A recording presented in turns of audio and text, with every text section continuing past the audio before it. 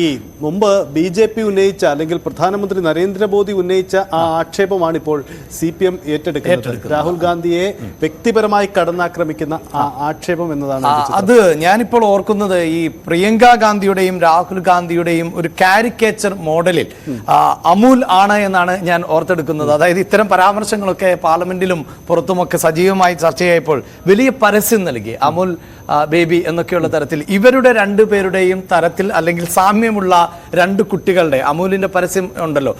അപ്പോൾ അത്രമേൽ ഈ പരാമർശങ്ങൾ ഇമ്പാക്റ്റ് ഉണ്ടാക്കാറുണ്ട്, അത് ജനങ്ങൾ ശ്രദ്ധിക്കാറുണ്ട് എന്നതാണല്ലോ സഹിത അന്ന് നമ്മൾ വായിച്ചെടുക്കേണ്ടത്. അതുകൊണ്ട് ഇപ്പോഴും ഇത്തരം പരാമർശങ്ങൾ ഈ കാലഘട്ടത്തിലും ആവർത്തിക്കപ്പെടുന്നു എന്നതാണ് എടുത്തു പറയേണ്ടത്. ശരി, അതിന്റെ രാഷ്ട്രീയം കൂടി നമുക്ക് പരിശോധിക്കാം. ബി അരുൺ നമുക്കൊപ്പം ചേരുന്നുണ്ട്. അരുൺ, ഈ കിങ്ങിണിക്കുട്ടൻ പരാമർശം, പപ്പു എന്ന പരാമർശം, അമുൽ ബേബി എന്ന പരാമർശം, ഇതൊക്കെ സൂചിപ്പിക്കുന്നത് ഒരു വ്യക്തിക്ക് പക്വതയില്ല എന്നത് ആക്ഷേപമായി ഉന്നയിക്കുന്നതിന് തുല്യമായ പദപ്രയോഗങ്ങളാണിത്.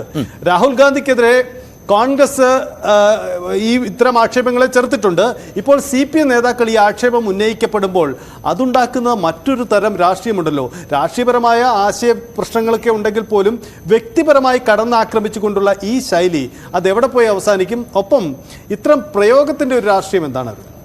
തീർച്ചയായിട്ടും ഇത്തരത്തിൽ പക്വതയില്ലാത്ത നേതാവെന്ന തരത്തിൽ പുതിയ നേതാക്കളെ അല്ലെങ്കിൽ പ്രധാനപ്പെട്ട നേതാക്കളെ അവഹേളിക്കുക അല്ലെങ്കിൽ ഇത്തരത്തിൽ ആക്ഷേപിക്കുക നേരത്തെയും കേരള രാഷ്ട്രീയത്തിൽ ഉണ്ടായിട്ടുണ്ട്. കൗതുകരമായ കാര്യം, കിങ്ങിണിക്കുട്ടൻ എന്ന പരാമർശം ഇപ്പോൾ രാഹുൽ ഗാന്ധിക്കെതിരെ MV ജയരാജൻ ഉപയോഗിക്കുമ്പോൾ പതിറ്റാണ്ടുകൾക്ക് മുമ്പ് തന്നെ കേരളത്തിൽ ഏറെ നാൾ ചർച്ച ചെയ്യപ്പെട്ട ഒരു പദപ്രയോഗമാണ്, ഒരു ആക്ഷേപമാണ് കിങ്ങിണിക്കുട്ടൻ. അന്ന് അത് നേരിടേണ്ടി വന്നത് ഇപ്പോഴത്തെ തൃശ്ശൂരിലെ UDF സ്ഥാനാർത്ഥി, കോൺഗ്രസ് സ്ഥാനാർത്ഥി K മുരളീധരനെതിരെയാണ് എന്നുള്ള ഏറ്റവും പ്രധാനപ്പെട്ട കാര്യം. അന്ന് സേവാദളിൻ്റെ ചെയർമാനായി സർവപ്രതാപിയായ K കരുണാകരൻ തൻ്റെ മകനെ കോൺഗ്രസ് രാഷ്ട്രീയത്തിലേക്ക്, കേരള രാഷ്ട്രീയത്തിലേക്ക് കൊണ്ടുവരാൻ തീരുമാനിക്കുന്നു. അതിന് അദ്ദേഹം വഴി തുറന്നത് സേവാദൾ ചെയർമാൻ നിലയിലാണ് K മുരളീധരനെ കേരള രാഷ്ട്രീയത്തിലേക്ക്, കോൺഗ്രസ് രാഷ്ട്രീയത്തിലേക്ക് കൈപിടിച്ചു കൊണ്ടുവന്നത് ലീഡർ K കരുണാകരൻ. അന്ന് അദ്ദേഹത്തിനൊപ്പം നിന്നവർ, അദ്ദേഹത്തിന് ഏറ്റവും അടുത്ത അനുയായികൾ, അദ്ദേഹത്തിൻ്റെ വത്സല ശിഷ്യന്മാർ, ആ ഒരു ഇന്നത്തെ കേരള രാഷ്ട്രീയം നിറഞ്ഞു നിൽക്കുന്ന ചില നേതാക്കളും മൺമറഞ്ഞു പോയ നേതാക്കളും ഒക്കെ അക്കൂട്ടത്തിലുണ്ട്. ആ നേതാക്കളുടെ കൂടെയുള്ള ആളുകൾ തന്നെ കോൺഗ്രസിൻ്റെ ക്യാമ്പുകൾക്കുള്ളിൽ തന്നെ ഉയർന്നു വന്ന പേരാണ് കിങ്ങിണിക്കുട്ടൻ.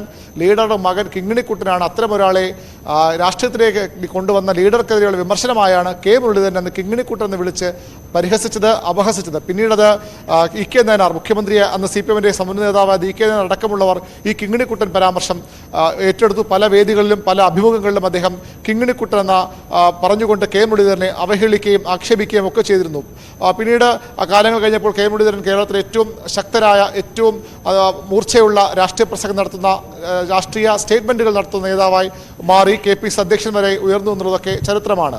അതുകൊണ്ട് കേരള രാഷ്ട്രീയത്തിൽ ആദ്യമല്ല ഇത്തരം അധിക്ഷേപ, അവഹേളന അല്ലെങ്കിൽ ഇകഴ്ത്തിക്കുള്ള പരാമർശങ്ങൾ. അമൂൽ ബേബി എന്ന് കോൺഗ്രസിൻ്റെ സമുന്നത നേതാവായ രാഹുൽ ഗാന്ധിയെ ആക്ഷേപിച്ചത് VS അച്യുതാനന്ദനാണ്. അദ്ദേഹത്തിൻ്റെ സ്വതസിദ്ധമായ ശൈലിയിൽ അദ്ദേഹം അമൂൽ ബേബിയാണ് രാഹുൽ ഗാന്ധി എന്ന് പറഞ്ഞ് അവഹേളിച്ചതും. അത് അന്ന് VS അച്യുതാനന്ദൻ ഇത്രയും പ്രായമുള്ള നേതാവിനെയാണോ ഇടതുമുന്നണി കേരളത്തിൽ മുഖ്യമന്ത്രി അവതരിപ്പിക്കാൻ പോകുന്നത്?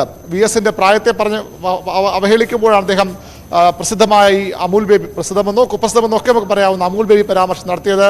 പിന്നീട് അദ്ദേഹം തൻ്റെ പ്രായമല്ല, യൗവനവും വാർദ്ധക്യവും ഒക്കെ പരാമർശം അദ്ദേഹം നടത്തിയ ചില പരാമർശങ്ങളൊക്കെ വളരെ രാഷ്ട്രീയ ശ്രദ്ധയെ ആകർഷിച്ചതാണ്. അതുകൊണ്ട് തന്നെ ഈ അമൂൽ ബേബി പരാമർശവും കിങ്ങിണിക്കുട്ടൻ പരാമർശവും ഒക്കെ നേരത്തെയും കേരള രാഷ്ട്രീയത്തിൽ നിറഞ്ഞു കേട്ടതാണ്, കേരള രാഷ്ട്രീയം ചർച്ച ചെയ്തതാണ്. അതിൻ്റെ തുടക്കം കിങ്ങിണിക്കുട്ടൻ എന്ന MV ജയരാജൻ ഇപ്പോൾ രാഹുൽ ഗാന്ധിക്കെതിരെ ഉപയോഗിക്കുന്ന പദപ്രയോഗത്തിൻ്റെ തുടക്കം യാദൃച്ഛികമെന്ന് പറയട്ടെ അല്ലെങ്കിൽ കൗതുകരമെന്ന് പറയട്ടെ, കോൺഗ്രസ് ക്യാമ്പിൽ തന്നെയാണ്.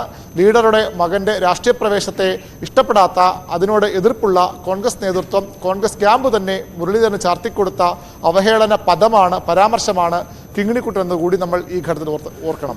തീർച്ചയായും രാഷ്ട്രീയ ആരോപണ പ്രത്യാരോപണങ്ങൾ ഉണ്ടാകുമ്പോൾ എതിരാളികളുടെ ബലഹീനതയെ അല്ലെങ്കിൽ അവരുടെ പോരായ്മകളെയൊക്കെ നമുക്ക് രാഷ്ട്രീയമായി നേരിടാം. പക്ഷേ അപ്പോഴും പക്വതയുള്ള, അതായത് പക്വതയില്ലാത്തവരെയാണ് ഇത്തരത്തിൽ പരാമർശിക്കുന്നത് എങ്കിൽ രാഷ്ട്രീയത്തിൽ പക്വതയുള്ള പ്രതികരണമാണ് വേണ്ടത്. എനിക്ക് തോന്നുന്നു MV ഗോവിന്ദൻ MG രേണുകയോട് സംസാരിച്ചപ്പോൾ അത് പറയുന്നുണ്ട്.